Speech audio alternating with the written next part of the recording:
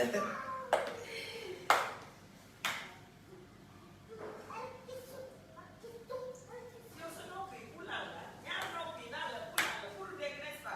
yaay moom yow seen sëy bi metti na di xuloo rek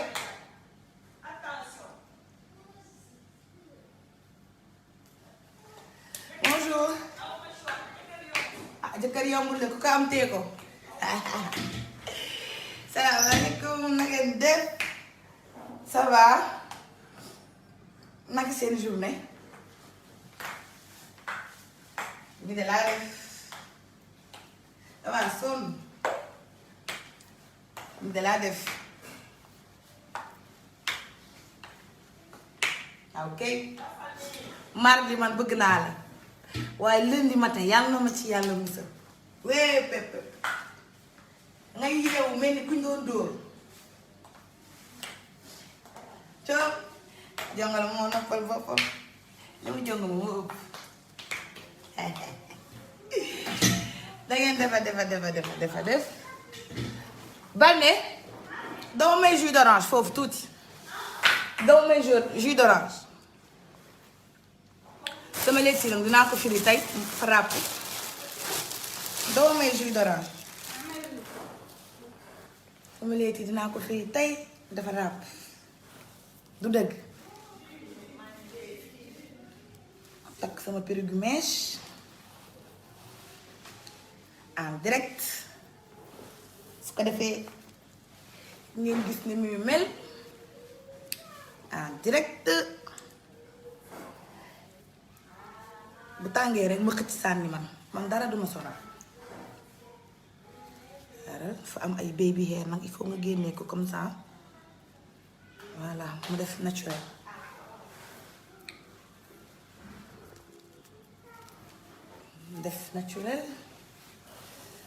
nag dafa am système boo koy takkee boo koy coiffé wee nga xam ne dara doo ko yëg sa yaram ok alors naka mu tey dama tardé ah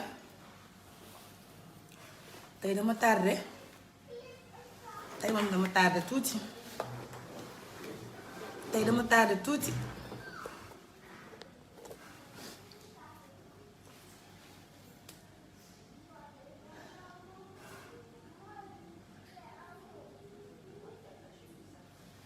dama tardé tuuti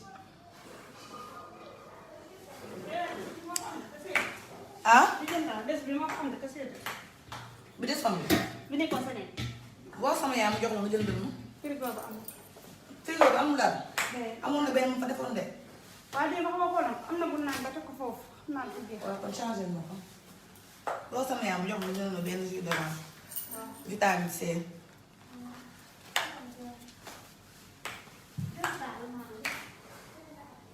ok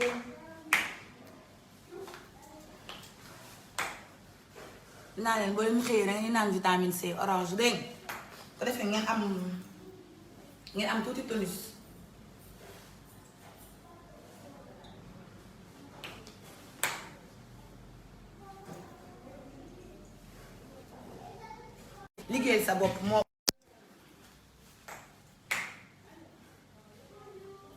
liggéeyal sa bopp moo tax heure bu la neex ngay xëy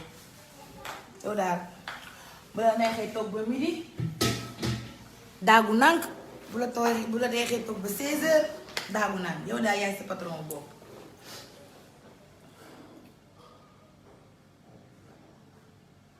lu mu wax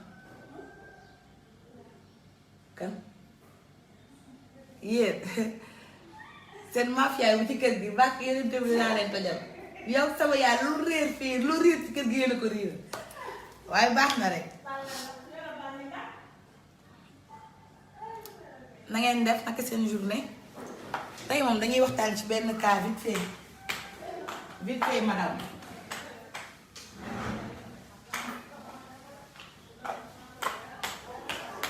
ñu waxtaan ci benn cas vite fait madame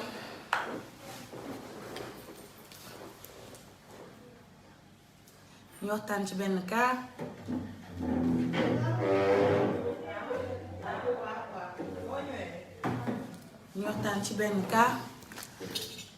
ñu waxtaan ci benn cas après ma daw naka ngeen fanaanoo ba lépp mi ngi cool ba lépp mi ngi cool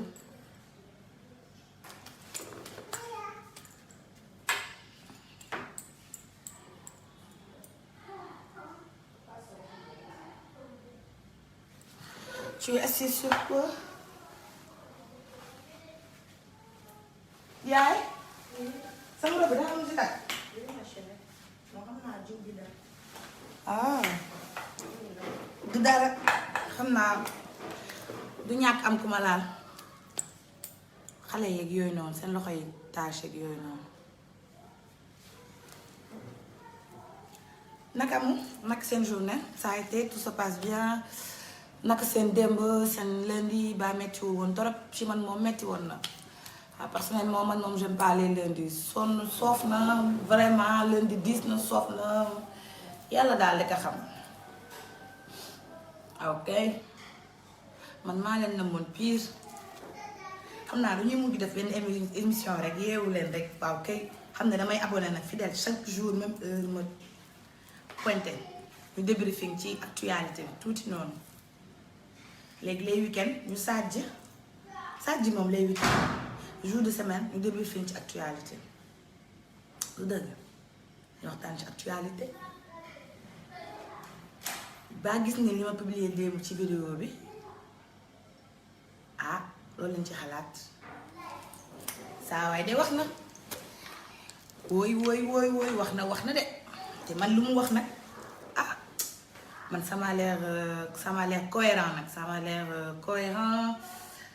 ça m'a l'air yanu maanaa daal xaw ma waaw dëgg xaw ma nag loolu leen ci xalaat xaw ma loolu leen ci xalaat yéen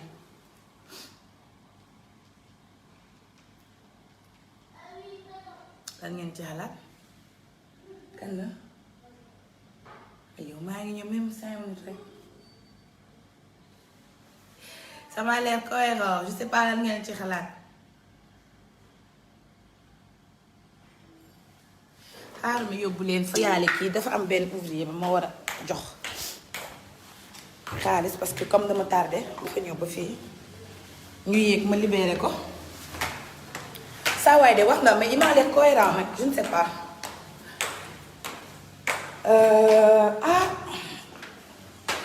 yàlla xam naa doy na dëkk maa ngi noonu kaa yi bari na bànne tëj nañ sa bunt appartement de xaaral ma wàccaat sama yaay waa nekk mu xaar bànne dafa génn naa dafa jënd jus d'orange saa waay de il m'a l'air cohérent waaw kay ses propos m'ont l'air je sais pas très mature très adulte ban Adama xanaa bànne daa génn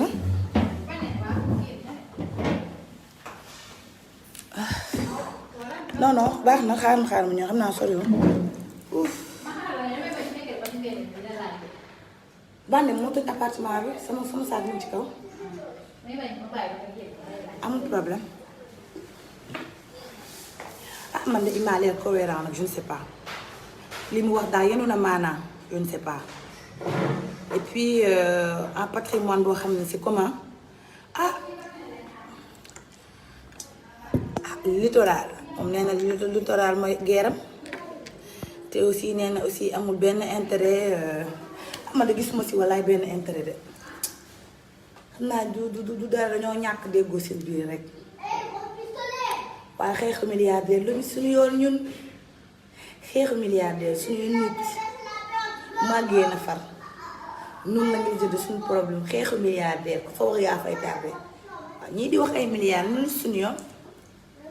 man su ma amoon ay milliards duma xëy sama kër gi laay tëdd di galayaay ba di xëy di leen defal live midi live di live 5 fois par jour bàkk unité bi alors on reparle actualité là on a vu que aux États-Unis Kanye West, le mari de Kim Kardashian, va se présenter ou pourrait se présenter aux élections présidentielles des États-Unis. Waaw kay Kim Kardashian first lady waaw may waa xanaa dama Kim ñoo bokk programme xam ngeen lii du neen jëkkëru Kim président Nabou Dash Kim Sénégal son mari président waaw kay yéen lii du neen de est-ce que xam ngeen ni lii du neen lii dañ koo programme ñun ñi suñu biir Kim daal moo jékki-jékki ma sentir xam nga man dama koy topp bu baax je la suis pas à pas ma xool système bi Kim di def nii bëgg xam nga Kim pour ñu xamoon histoire am Kim Kardashian c'était une fille comme moi ok comme vous waaw ok yéen a ngi comprendre alors c'était une jeune fille issue d'une famille modeste d'une famille modeste d'un père avocat d'une mère roubé yaayu Kim mooy mère bu roubé yooyu nga xam ne li ñu koy waxee pëli jéegu ñeg yooyu nekk Sénégal moom mooy yaayu Kim États-Unis yaa ngi comprendre voilà Kim nag dafa yàgg bëgg oser rêver yàgg bëgg affaire de diva yàgg bëgg affaire de you know that's me you know I'm the superstar you know I'm Kim Kardashian you know léegi nag mu amoon meilleur ami bu tudd Paris Hilton. Paris Hilton, tout le monde connaît son père, celui qui a la chaîne Hilton et tous les hôtels Hilton, whatever. mu ànd ak moom ñu def amitié sincère Kim ut ba si Paris waaw kay waaw xam nga Paris macha allah dafa am mbooloo mais wiru ah. je vois avec quoi yéen kenn amul numéro colonie de vacances s'il vous plaît les filles donnez-moi un numéro pour les colonies de vacances ma yóbbu sama ñaar ñi colonie. yéen boo leen xëyee suba da ngeen dem colonie de vacances yéen Koki laa leen di yóbbu yéen vous allez aller apprendre le Coran là-bas à Koki avec vos masques avec garder les distances sociales yi nga xam ne lépp dëgg la soo leen xëyee rek amee ma restez dans votre chambre bande de voyous ambulants de la maison. Donc je continue. Alors Kim Kardashian c'était la meilleure amie de Paris Hilton. Paris Hilton qui est une fille issue d'une famille richissime des États-Unis dont son père était comment dire un des actionnaires de la chaîne Hilton ou même propriétaire de la chaîne Hilton Hotel. Alors Kim Kardashian et Paris Hilton sont liés amis amitié sincère whatever Paris di ko yóbbu ca milieu yu baax yi Kim di ànd ak moom di repropoter ay numéro Kim di jël ay numéro Kim di ànd ak far footballeur te Kim suba footballeur te suba Kim Marijuana suba Kim ànd ak Marijuana suba Kim ànd ak santé suba Kim ànd ak musicien noonu ba noonu ñu ne deete waay Kim amul buzz Kim daal xool xam nañu fi nekk ni dëkk bi États-Unis pour am fi buzz il faut nga def fi sextape saa waay daal def sextape waaw kay vidéo ba jolli ci internet bi saa waay siiw màkk yërënt bi nee naa leen sextape ku ko bàyyiwul ci miim réew xam ngeen bu dee Kim dafa def sextape mu rëcc ngeen bëgg def sextape bu rëcc xam nga njëriñ réew mii lijjantiwuñu sextape ñoom ku ci nekk ci ñun sa kër yaa ngi dund sextape xam ngeen fii ñun keeruñu sextape kon xale yi bëgg a siiw boo leen bawul sextape néew ma leen doo leen siiw doo leen am tous kenn doo leen suivre ndax fii du États-Unis li jig États-Unis jóguñu waaw kay fii lañ def muur a téeb rek yiw téeb ak muur téeb man daal loolu laa gis xaw ma nag leneen man ba ma commencé yiw ba tey di correct téeb ba tey ci laa daje Karim di mu gis ma bëgg ma dama téye ma première dame ma ne ko waaw këñ ensemble nous irons ñun waxuñu palais une maison blanche la ñuy wax parce que kër gi nee naa la man su ma ñëwee palais damay peinturaat lépp comme maison blanche bind ci Dash mondial avec Karim forever ever ok ku romb ba zeb boobu palais bu neex cum waaw kay ñun dañuy peinturaat palais bi xoolal chantier yi xam nga fi mu nekk nii peinturaat palais marché la ku si sa jëkkër nekk peintre bu ma toogee na ñëw mu jox ko chantier palais bi mu peinturaat lépp féexal palais bi ku si sa jëkkër nekk herbe yi duñ koy waxee ok ñi defar herbe yi nu mu tudd fleuriste jardinier donc damaa jàng man waxoon naa rek ko ku ci sa jëkkër nekk jardinier nga ñëw ma jox la chantier palais bi nga defar jardin yi dindi fleurs yi mauvaise herbe yi sampal na suñuy fleurs yu bees sàkk yu naay ku ci sa jëkkër nekk technicien de surface wala di nettoyer nga ñëw mu jox ko marché tali xam nga marché état bokkut ak marché civil marché état ay millions ngay encaissé waaw ku ci sa jëkkër nekk chauffeur nga ñëw ma jox la lépp luy drive ci biir palais bi ñun dañ koy tuddee maison blanche Dash mondial avec Karim forever ever ku romb ba zeb dama koy bind nag ci suuf ku romb ba zeb bàkk yonent bi palais mi ngi toj woo la ma nar a def palais su nekk nii photocopier naa sama heure yi ma bëgg a jënd yëpp ak samay jamaa damay xaar sama bébé ñibbisi rek ñu commandé ko ma leen di takkal ay or di takk or ba nii fii day koy commencé takku ba nii takku ba wàcc di dox naan nii Robocop non man maa bëgg mardi damay xàppi lundi daal je n'aime pas c'est très lourd comme jour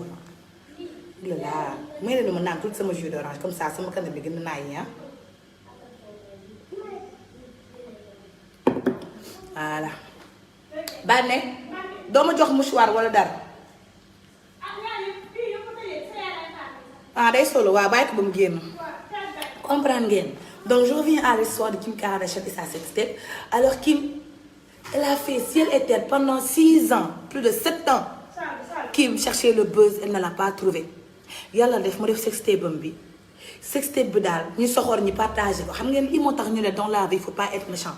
ndax yéene woon nañ Kim yàqu faf Kim jug ba nekk président des États-Unis parce que elle va être président elle va être la première dame des États-Unis man maa leen ko wax parce que Kanye West c'est un Black Panthers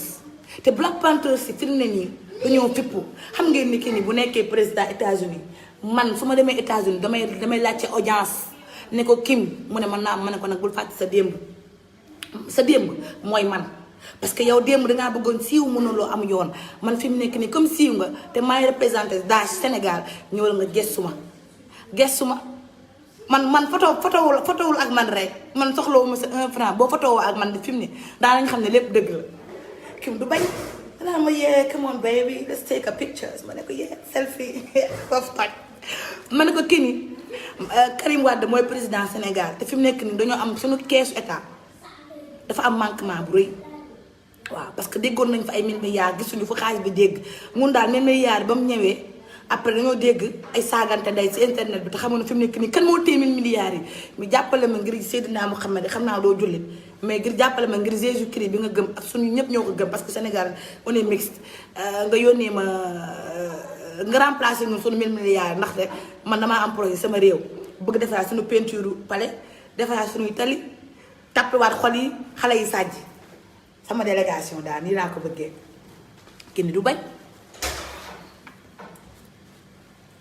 Kini du bañ parce que Karim nag neexul ba neexul coof bu yàlla rof la waaw kay Kini du bañ ndax ñàkkoowul Kini ak Karim man jàpp naa ne am na fuñ xamante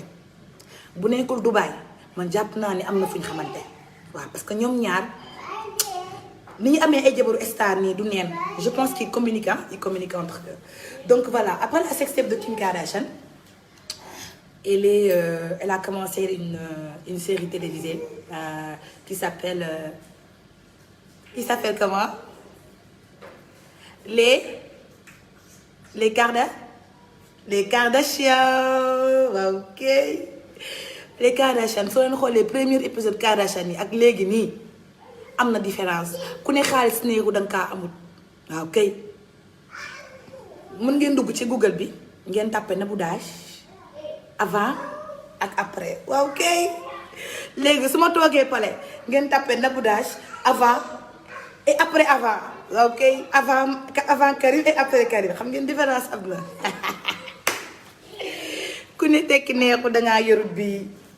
waaw kay waaw Kim Kardashian nag lijjanti na ko nag ba ànd ak Kanye West fekk Kanye West yàgg na ko suivre xam nga Kim dafa nekk ci ay flagrant chaque jour nga dégg ko Kim Kardashian def na taatu neen wane na benn ween def na lii Kim daal du ko neex lay def parce que elle avait un but maanaam elle voulait que un riche Black Panthers lijjanti ko dugg ci moom Kanye West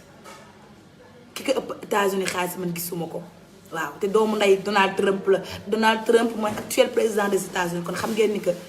Trump fi mu nekk nii bàyyi na Kenny mu nekk président waaw parce que Kim gaayanu Trump la ñoom ñaar dañuy vocalante waaye duñu saagante Kim ak Trump lañuy vocalante mais duñu saagante arrêté leen di vocal di saagante vocal kenn du ci saaga waaw kay ñoom ñaar dañuy vocalante I love you too you cute thank you yu civilisé yooyu waaye di saagante nii rek baaxul bilaay ñun xamuñu fu ñu jëm miim réew léegi voilà léegi Kim Kardashian buux na jëkkër ji parce que xam nga ni Kanye West amul xel nekk président Kanye West la jëntiwul yooyu Kim moo ko ne you gonna be the next president Kim moo ko poussé Kim moo ko duggal ci xelam bi ba muy dem Twitter naan day nekk président Kim moo ko def Kanye lu mu def Kanye lu mu def Kim moo ko def loo ma ne lu Karim def mag ka def loo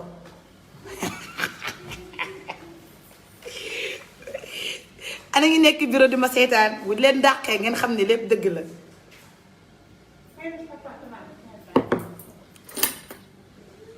waaw histoire bi dama nekk noonu du histoire Kim Kardashian ma nekk noonu léegi nag Kim bu nekkee first lady États-Unis dina am jeeg parce que Kim la mun nar a sañse ci carpet yi wala la mun nar a sañse ci tapis rouge yi wala ci festival yi moom laa nar a sañse fii ci mim réew ndax nee naa la man déwuma États-Unis di fa nekk first lady man fii laa nekk sama yow nekk ci first lady sañse nag te dara xewagul waaw kay màgg yi dañuy ànd may sol ay décolleté di def ay kii nu tudd ay fant su ma fantee ngeen fant su ma defee décolleté ngeen def décolleté su ma muuroo ngeen muur ndax yéen sama peuple dañuy sàjji Kim Kardashian nag laa ba képp ku nekk États-Unis te nekk sama fans bu Kenny di présenté wu nga dem votel ko ndax votel Kenny votel ma la ndax Kim Kardashian États-Unis ak Kim Kardashian Sénégal ñoo bokk benn waaw kay kii nee na Khadim Jong nee na 600 bi Sénégal amul liggéey ndeysaan yow looy def fi yow moom kay waa amul liggéey doo fa nekk man xale yu góor yi nekk ci sama live bi je comprends pas c'est quoi le problème en fait si toi tu as un travail qu'est-ce que tu fous dans les lives ne m'énervez pas hein ne m'énervez pas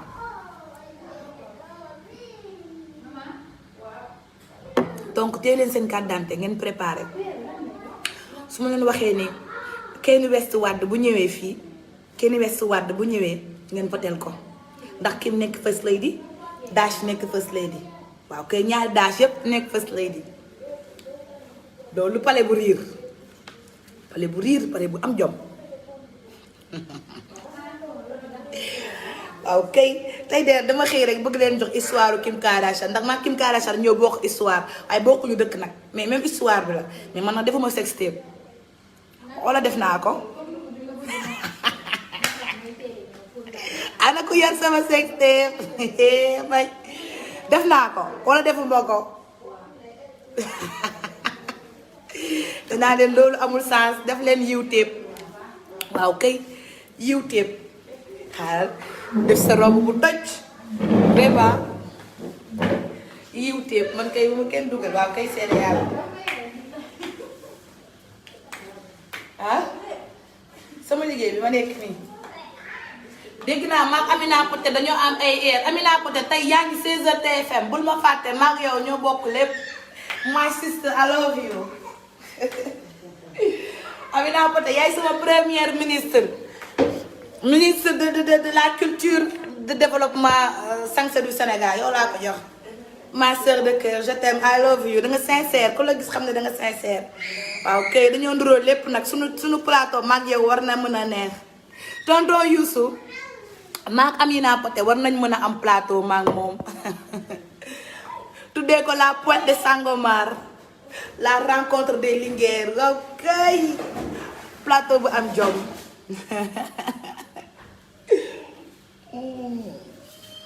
waaw kay donc je vous souhaite de passer une excellente journée et on se dit à Moutougan.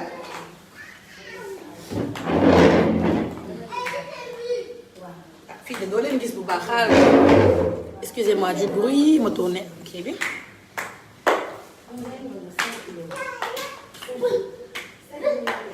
gaa yi nag bu la rek laay sol dañ ma koo digg sama sëriñ bi nekk fële na le sama sëriñ bi nekk Kafountine waaw moo ma génn loo ay sarax et puis wax ma ni ma nabu pendant 40 jours da nga war a sol yëre bu bleu pendant 40 jours da nga war takk rek ay or ci laa nekk nii parce que boo takkee boo solee lu bleu pendant 40 jours du ñàkk Karim bu présenté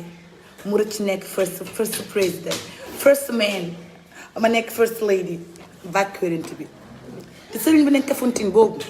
képp ko bëgg numéro ngir yàlla ba ma woo de ma laaj numéro sëriñ bi